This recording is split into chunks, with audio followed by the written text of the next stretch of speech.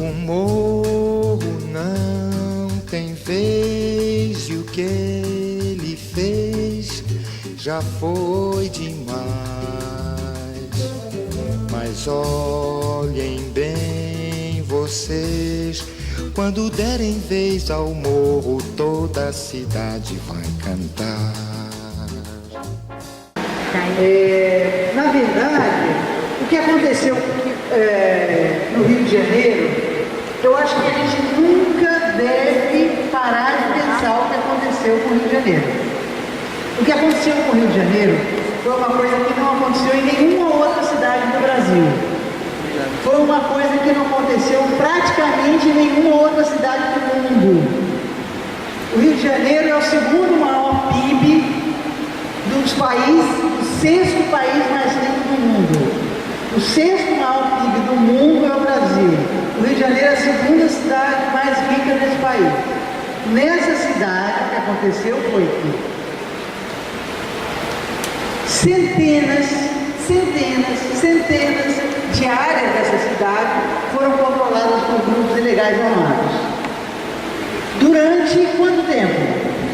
Não foi um mês que aconteceu uma guerra, não foi um ano, não foi um conflito étnico tipo Bósnia e não sei o quê, não foi um conflito religioso de Palestina e Israel.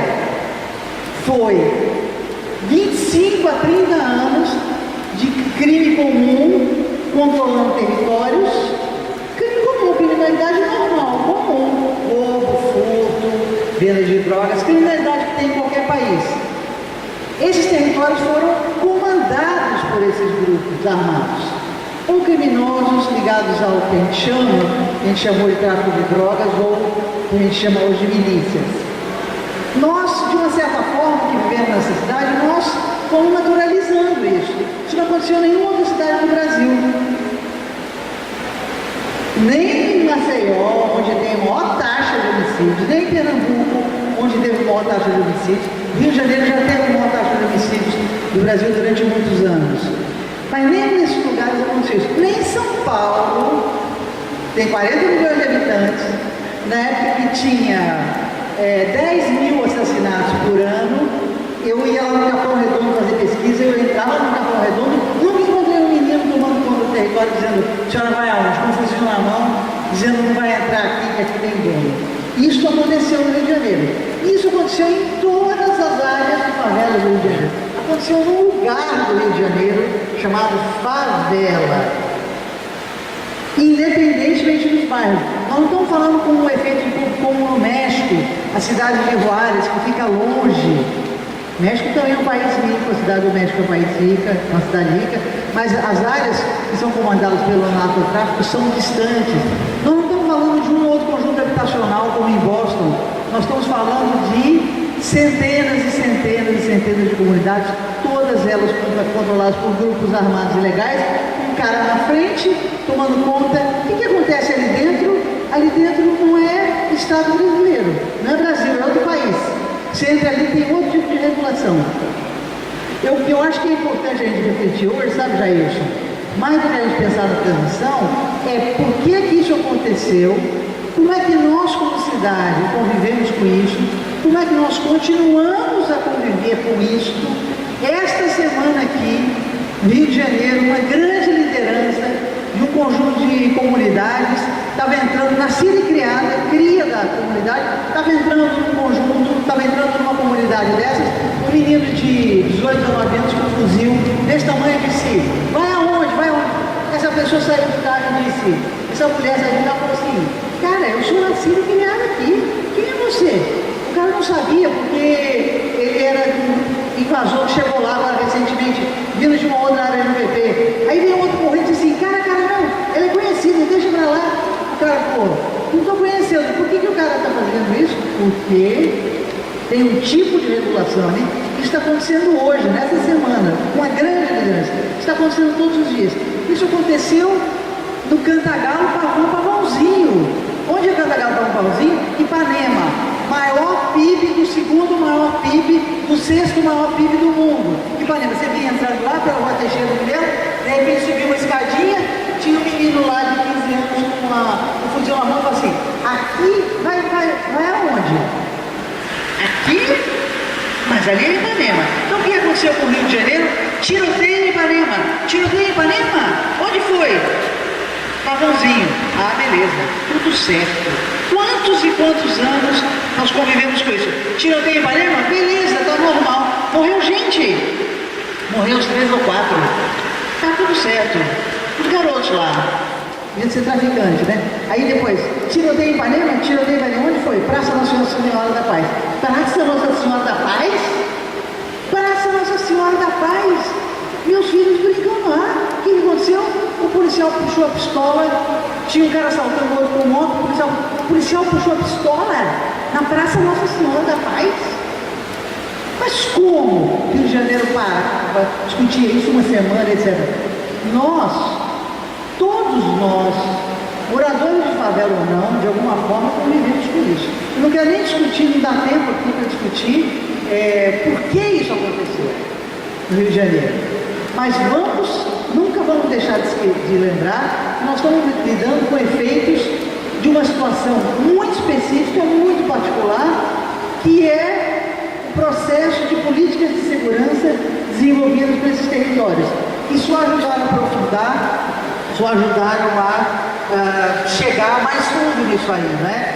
Eu acho que nós estamos lidando com o tema da democracia. A questão das novas regulações e das velhas regulações é o problema da democracia no Brasil. Nós, de uma certa forma, permitimos, de alguma maneira, ou naturalizamos, ou banalizamos, que pedaços do território brasileiro tem um outro tipo de regulação. E é isso que está em jogo agora nas comunidades com o PP. Para encerrar, eu quero falar de um tema novo nas comunidades com o PP. Os vários que nós poderíamos falar, e na volta eu vou tentar falar de outro. É o tema da abordagem policial. Nós fizemos, eu e Leonardo, na década passada, uma pesquisa chamada Elemento Suspeito. Abordagem policial e discriminação da cidade do Rio de Janeiro. Nós pensávamos que nós íamos encontrar muito mais meninos negros sendo abordados do que o resto da população. Nós não encontramos isso. Mas nós encontramos que todo mundo estava sendo abordado muito. Meninos, jovens, não jovens, brancos e negros. Mas nós encontramos o seguinte: os jovens negros moradores de favela, todas as vezes que eram abordados, eram revistados. Documentos, mão na parede, revista policial. Essa era uma queixa. Muitas pessoas já tinham sido revistadas uma vez na cidade do Rio de Janeiro, mas algumas pessoas tinham sido revistadas mais de 10 vezes. Então, isso é que dava todo camburão tem um pouco de navio negreiro, era só mais uma dura, resquício da ditadura. É isso que dá essa sensação, e é isso que dá essa desconfiança da polícia. Antigamente, o menino da favela era revistado quando ele saía da sua comunidade. Ele ia lá para a Zona Sul, ele era revistado. Agora, onde tem PP, ele é revistado quando ele chega na sua favela, quando ele está entrando. E ele está sendo revistado quando chega na comunidade por um policial do PP, da sua comunidade, que deveria ser um policial comunitário. Eu acho que esse é um tema da democracia. Eu acho que a gente continua em torno das temáticas da democracia, que é como faz com que todas essas áreas sejam áreas pertencentes à vida da cidade, à vida do Brasil. Obrigado. Eu também perguntei para o Zé Mário, líder de Santa Marta: Zé, se o PP saísse hoje, por quanto tempo os traficantes voltariam? Ele falou: eles iam se cruzar na escada. Avaliação do Zé Mário.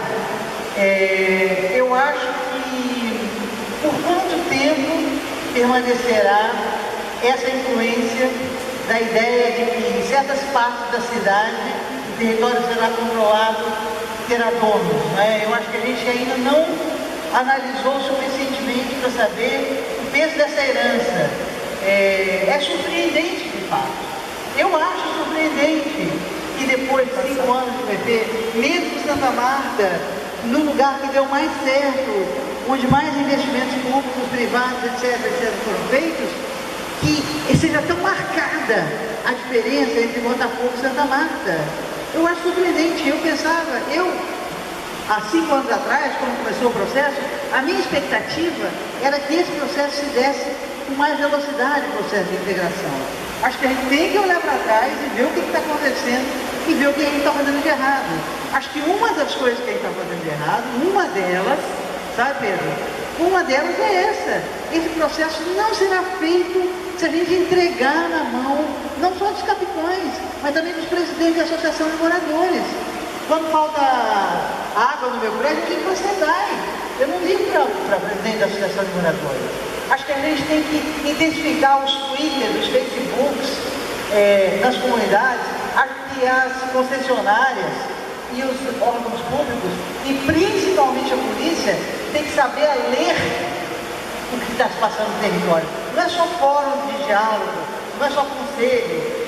Eu acho que a gente tem que fazer isso obsessivamente. Ouvidoria, hoje de manhã o Frederico esteve aqui, disse que vai fazer ouvidoria. Já era para ter feito há 5 anos. Então, tudo bem, mas disse que vai fazer, né? Mas eu acho que assim, a velocidade que a gente está colocando nisso é muito pequena. Eu acho que tem uma área, se o processo de tomada das comunidades produzir um impacto no campo das taxas de homicídio muito mais forte do que nós esperávamos, a redução das mortes foi muito maior do que a gente esperava no começo, né?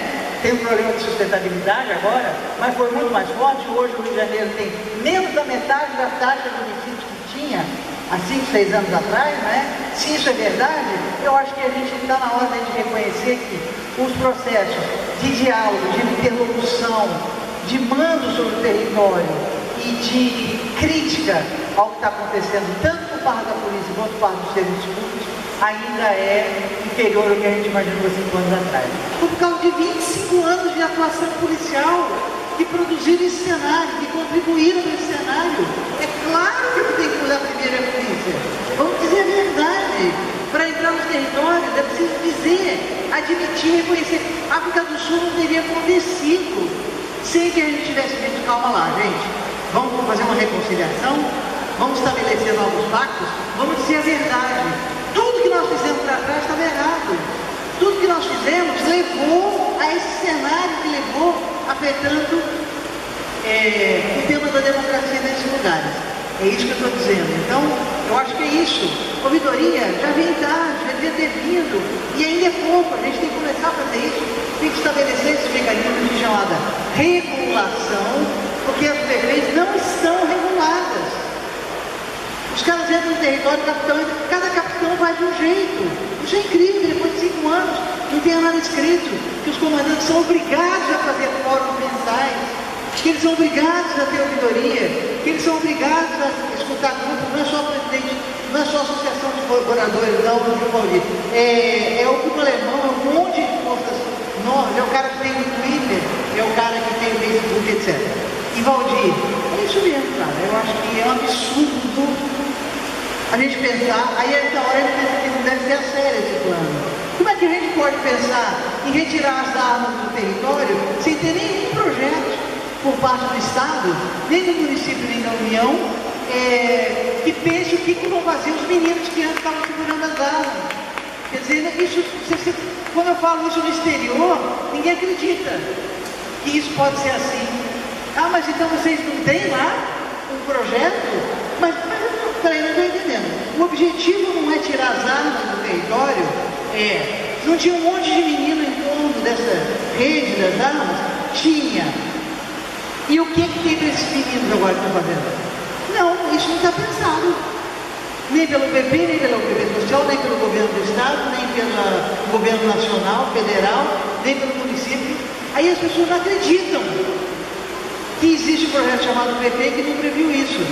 Eu acho que tem razão. Os únicos que estão fazendo alguma coisa nisso são os ONGs, e aqui na Maré mesmo tem um projeto muito interessante que nós estamos acompanhando e que acho que é muito promissor, inclusive para a gente aprender a como lidar com esse tema. Obrigado.